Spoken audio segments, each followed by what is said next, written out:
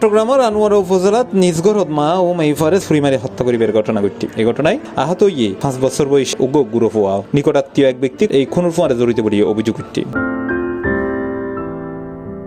June 13 তারিখ শনিবার রাত 10:30টার দিকে উপজেলার পৈরকুড়া ইউনিয়নের পূর্ব কন্যারা গ্রামের বড়ুয়া ফারাতে ঘটনাগান ঘটে। নিহত হলিলদি 40 বছর বয়সী এনি বড়ুয়া, তার মেইফা 16 বছর বয়সী প্রিয়ন্তী বড়ুয়া এবং আহত ইয়ে 5 বছর বয়সী পিয়াস বড়ুয়া। তারা পৈরকুড়া ইউনিয়নের পূর্ব কন্যারা গ্রামের সুজন বড়ুয়ার স্ত্রী ও সন্তান। ঘটনা দেখুন আর বাচ্চা আরো মার্কেটে দেখেন কি বিষয় জানতেছে হনমাইছি জিজ্ঞেস করছি আর হদ মানে ইউনিয়ন বড় থাকি ও যখন মরে ফরান যার গই তখন না তাজো আর মার্কেট আর মার্কেট এটা দিয়ে আর পারামত হয়েছে লেগে দিকে তুলবেন ওরা সাক্ষী দিই আমি তো সব আসি তারা সবাই তারা শোনা আর শোনা আসলে হওয়া সব জলইয়ে লাগে এখন আমি না এটা কিছুই নয় কিন্তু হরণে হন খুঁজিয়া ওরা কিছু নাই এখন খালি আছে আইনি দরজা বাই দিয়ে দরজা না ভরা কেউ নয় কি না মানে আর তো স্থানীয় সূত্রে জানা গিয়ে রাত 10:30টার দিকে প্রতিবেশী হল সুজন বড়ুয়ার ঘর চিৎকার ফুনিয়ে দ্রুত এড়ে যায়। সুজন ঘরত নোয়াছিল তিনি শরৎ আছিল। তারা দেখে রক্তাক্ত অবস্থায় এনে ঘরত বাইরে গিয়ে পিয়াসের হলুদতুন উইডনত ফেলাইয়ে হাইতে ফুরি যায়। লোকজন তারা হাসপাতাল দিবে চেষ্টা করলে এটাই তিনি অজ্ঞান হয়ে যায়। পরে ঘরের ভেতর ঢুকি পিয়ন্তীর রক্তাক্ত লাশ দেখে মানুষ। এর মধ্যে আহত শিশুরে উদ্ধার করে আনোয়ারা মেডিকেলত লয়ে যায়, চিকিৎসা দেওয়া হয়। মানে তারা পিয়নি মারা পিয়ন মেশিন আর ওই পোলাটা খান্দার নাই পরীক্ষা সিলিন্ডার খাঁদের আয় আবজার করি কি হারত খাঁদের এখন মনে করছি আরো গরো তারা চক্রা পাইছি তো এই আর গাইল দিয়ে বাইরে দেখে এটা কি হতে হারত হাঁদে পিয়ে নি বড় আইসে না কই না দুজনে গিয়ে যাই না দরজা বাই যাই ও পিয়ানে মরে গিয়ে না তো কে দরজা করছো না তো ইয়ার জালতি চালা বহুত যুদ্ধ করি ফুয়াও বাঁচাই বেলাই ইতে রে মানে চুরিতে মারে ইতে তাও ফুয়া বাঁচাই বেলা ফুয়ালো দূরিয়ে কুড়ি দিন মতো ফুয়াও দি দফর করে ফোন দি ইতে রে মানে ফুয়া বাঁচাই বেলা তার সীমা বাবা চুরি মেচি দে কসর কিন্তু পরে গিয়ে গই এখন ফুয়ারা আড়া লই দেয় সিদ্ধ আর জল হদ দে আর একজনে শেষ করে দে তেজিয়ে আর শেষ করে দিয়ে তেজিয়ে আর শুধু এই শব্দ হইবে আর হদ আজ যে কাগজে মারি ফেলি আজ যে ফের মারি না হদ ডাইরেক্ট মারি ফেলি আজ যে মারি ফেলি তেজিয়ে আর কে একজন শেষ করে দিয়ে তেজিয়ে এই শুধু তেজিয়ে।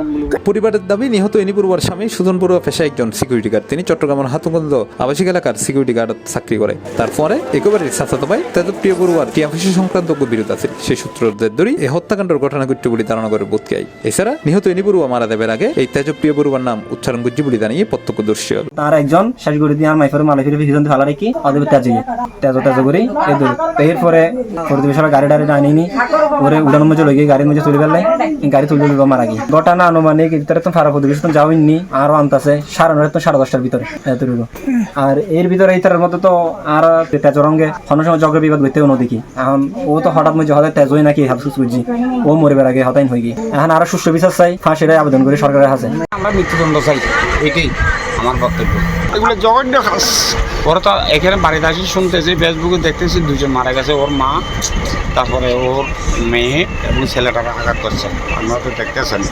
তবে ঘটনা ফরতুনেই তেজপ্রিয় বড়ুয়া পলাতক তারে তোয়েফা নজর। ঘটনা ফরফরে রবিবার 2 ঘটনাস্থল পরিদর্শন করেছে চট্টগ্রাম জেলা পুলিশ সুপার মোহাম্মদ মাসুদ আলম। এই সময় তিনি হয় এখানে যেটা হয়েছে যে হত্যাকারী সে হচ্ছে তাদেরই হয়তো পরিচিত, একেবারে খুব পরিচিত এবং জানে যে বাড়িতে এই মুহূর্তে কারা আছে বা তাদের সম্পর্কে সবকিছু জানতো। এই জন্য হয়তো পিছন দিক দিয়ে যে দরজাটা আছে ওইখানে গিয়ে তো আমার মনে হচ্ছে যে এরকম কিছু একটা হবে, যে ওইখান দিয়ে ঢোকার পরে তার যেহেতু টার্গেটেড ছিল এরকম কিছু একটা দুর্ঘটনা ঘটানো, হয়তো প্রথমে মেয়েটা দরজাটা খোলার পরপরই হয়তো এই ঘটনাটা ঘটে এবং মেয়েটাকেই প্রথমে হয়তো আঘাত করে, এরপরে মা গেলে মাকেও সাথে ছুরিকাঘাত করে এবং এই দুইজনে কিন্তু এখানে মারা যায়। এটা নির্মম বা নৃশংস হত্যাকাণ্ড বলা যায়। তো একেবারে নিভৃত পল্লীতে এই ঘটনাটা ঘটেছে। এখানে তো আমরা বা পুলিশের এইখানে আসারও কথা না, তারপরে আমরা 999 কল পেয়ে কিন্তু এখানে এই ওসি এবং তার টিম আসছে, সার্কেল এসপি এখানে চলে আসছে। কারণ গতকালকে আমাদের জেলা থেকে ডিবি টিম আসছিল, অ্যাডিশনাল এসপি আসছে।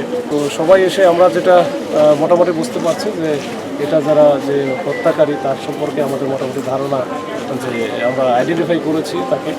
এবং তাকে ধরার জন্য সকল রকমের আমাদের চেষ্টা চলছে।